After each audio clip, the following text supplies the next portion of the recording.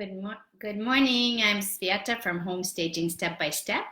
And today I want to talk to you about colors and particularly paint colors because I've been getting a lot of questions. And I run a little poll in my Facebook group.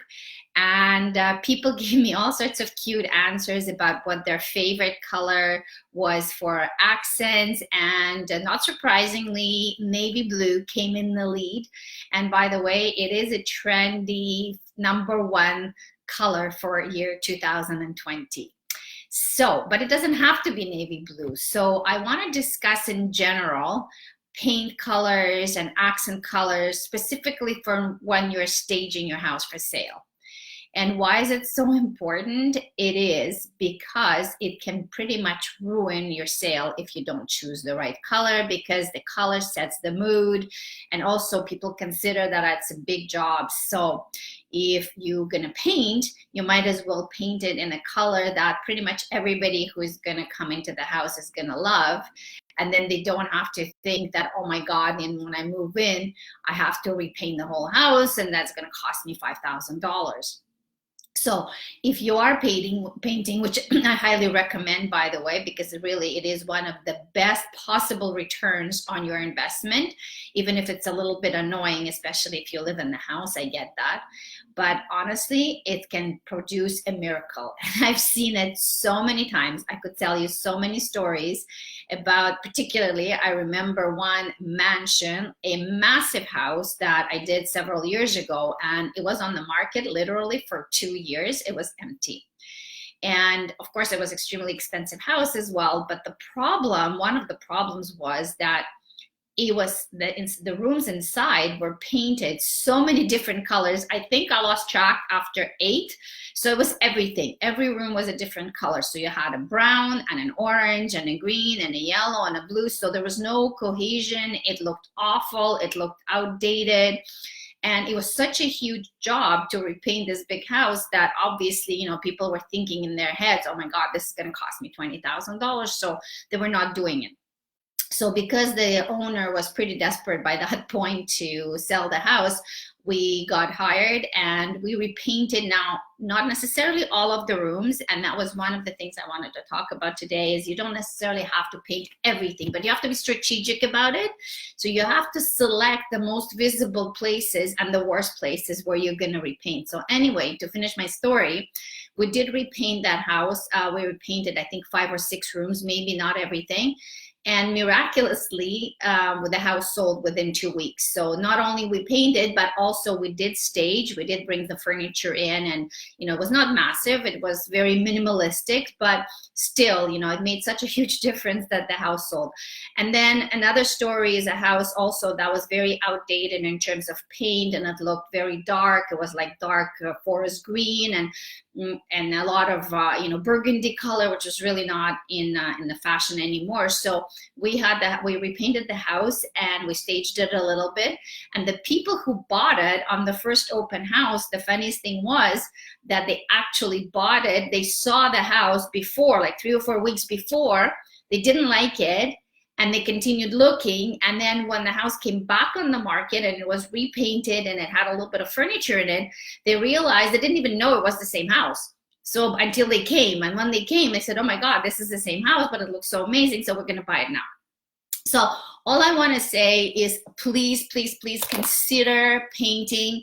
It is super, super important. It's gonna, in the long run, it's gonna save you a lot of money. It's gonna allow you to make a lot more money when you sell your house.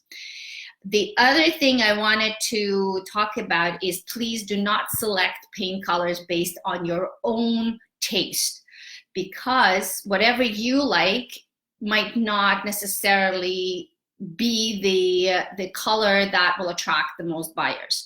And the reason I'm saying that, I was talking to somebody in South Carolina yesterday, and that's exactly what kind of happened to her. So she chose a color for a house that she's renovating.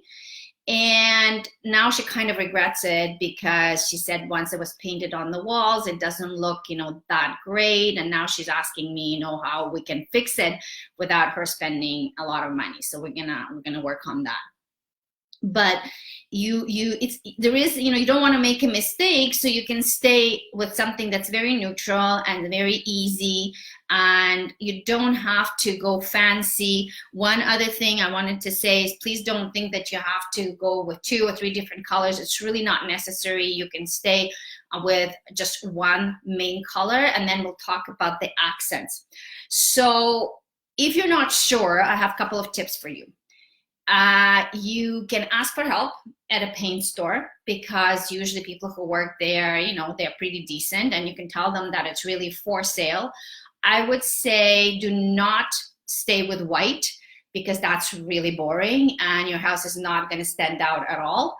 So I usually do not recommend leaving the walls white. I mean, if you already have white walls and they're nice and clean, then there are a couple of things that can be done. Maybe just painting 1 or 2 accent walls, or if you don't want to do anything, then you can decorate around it with some pops of color, maybe some, clever artwork and some accents.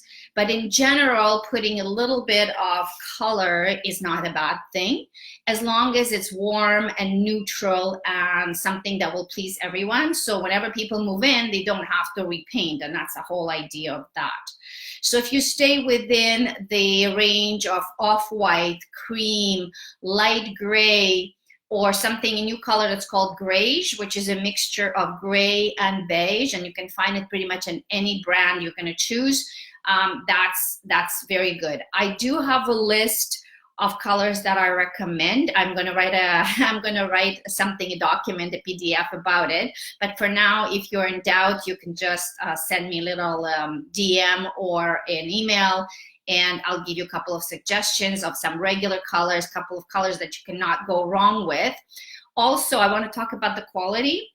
So I usually like good quality color selections, such as Benjamin Moore, for example. I'm in Canada, so that's what we have. But you don't necessarily have to use expensive paint, and that is what my point is. So you can select a color that you really like from whatever brand you choose, Sherwin-Williams or whatever brand you like, Behr, it could be anything. But then you can have that color reproduced and matched by a cheaper company. It might not be 100%, honestly. It could be maybe 99% match, but it's not gonna matter that much in the long run, because you're selling the house and nobody's gonna know. So that is something that I recommend to my clients always, is choose the paint color that you really like, but then have it made in a cheaper brand.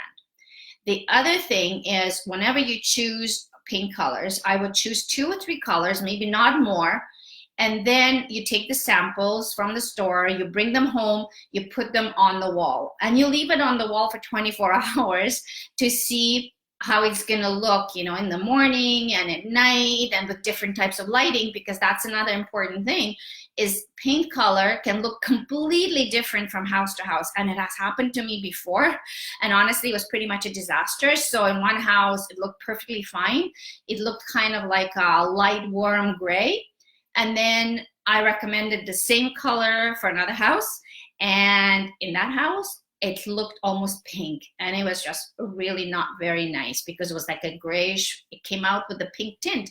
And it was really due to the fact that the lighting, the house orientation makes it really look different from house to house. So the best thing is to take a sample or 2 or 3, bring them to the house, put them on the walls in different rooms, and just leave it there for a few hours or overnight to look at it, to make sure that you're still okay with that.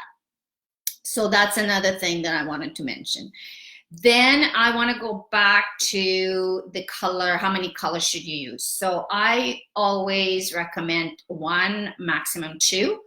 It's cheaper for you in the long run, because you can buy bigger gallons of paint, and it's really not necessary to go with different colors. Sometimes I see interior decorators, recommending that to their clients. But what interior decorators don't understand about home staging is it's not the same thing as interior decorating, because you're not going to be living in that space. So of course, if you're doing something for yourself and you want to have 2 or 3 different colors in your house, then it's great.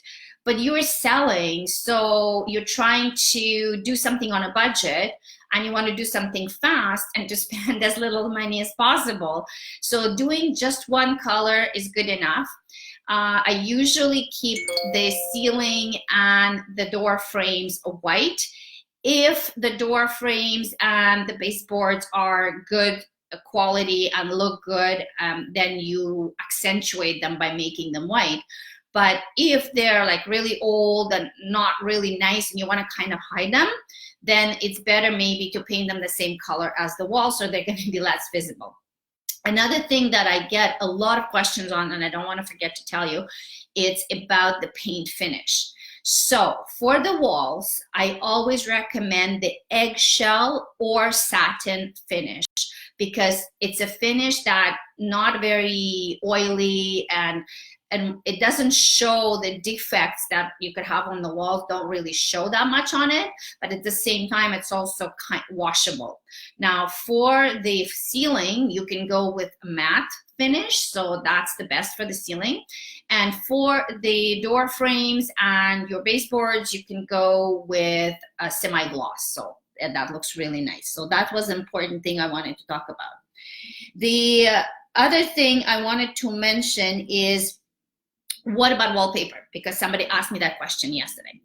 And you can see that behind me, actually, that's exactly what the lady said to me. And she says, oh, you have such beautiful wallpaper on your wall. So what do you think of that? So this is my thoughts about wallpapering specifically for sale. Again, try to make as little work for yourself as possible. So technically, you don't really need to do any wallpapering. You could very well just work with color, paint color, and that's it. On the other hand, if you want your house, maybe your house is like, has nothing interesting, it's got no special features, or you want to make it stand out a little bit more from the crowd. So when people walking around looking at houses or seeing your house on internet, they go, oh my God, do you remember, you know, this house that had, you know, this beautiful wallpaper? Then yes, but not too much. So in one of our last houses that we rehabbed, my husband and I, for example, I kind of felt that the dining room and the kitchen, especially the dining room, was not very big, and there was a wall there and was kind of not, you know, not very exciting to look at. So what we did there, I made one accent wall in the dining room, and we put wood paneling on it, like the distressed wood, and it looked absolutely stunning. And I think it actually sold the house. So if you have that kind of a situation, then you could maybe use one wall for wallpaper. It could be a small area, maybe in a bathroom, or for example, one suggestion is to make your back wall in the master bedroom, where your bed is going to go. You could accentuate that and have like, but again, the wallpaper preferably has to stay kind of neutral and not green and not orange and not something that might not please everybody or will not match whatever they have. So that we covered that. Now, the other thing is, what about adding, how do you add color then to your staging? So assuming that you have everything very neutral, you don't want to keep it boring either, right? So now you have to do something to make sure that your house still looks good and it stands out from the crowd. Now you can achieve that with accents. And there are different ways of working on that. And some people ask me, well, what color should I choose for accents? Now, in my poll, like as I was saying before, it turned out that navy blue was very popular. And then some people voted for gold, and somebody voted for gray and black.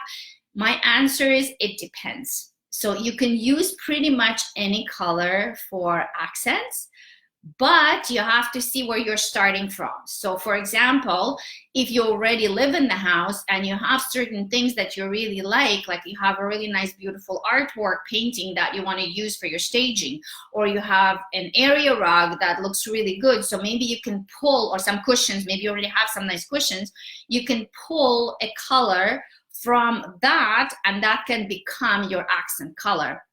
And the other thing that's important is, if you can, you could pull the color through the whole house or few rooms at least, let's say on the same floor, and that is called like a flow. So if you, let's say navy blue, okay, so you decide that you're going to use navy blue as your accent color, everything else is very neutral. Well, try to use that navy blue maybe a little bit in your kitchen. Maybe you put a vase or a nice bowl with fruits that's color. Maybe an artwork in the dining room or a kitchen area. The same thing in the dining room area. Maybe you'll add artwork. Maybe you'll use a nice centerpiece on your table that's going to have some navy blue. And then in the living room, you might have some navy blue cushions and maybe some little accent pieces somewhere. So maybe some curtains that are navy blue. So all I'm saying is that whatever color you pick, it could be any accent color really that you want, just don't go for something crazy. But it's nice if you're able to pull it through, especially in the same floor, so it creates a flow when people walk around. Let me see if I'm forgetting anything. I think this is it. So I think I kind of told you everything. Now, what I want to tell you that don't do it alone, because it could become a costly mistake, and it has happened before. If you paint something, the whole house, and then it looks awful, you might have to repaint again, and that's not fun. Has happened to me. So before you do anything, follow my instructions. If you're not sure, ask for help. And you can contact me, and I'll be very happy to give you some information. I will also post a link to a blog post that I wrote at the beginning of this year for some suggestions of home staging colors for 2020. You can also find another blog post that I had for previous years. So it doesn't matter if it's 2020 or 2019 or 2018. Like, it doesn't change that much. It's always going to stay pretty neutral and warm and light colors. So I'm Sveta from Home Staging Step by Step. I hope you found this useful, and please comment below and let me know if you have any questions. Have a good day, everybody.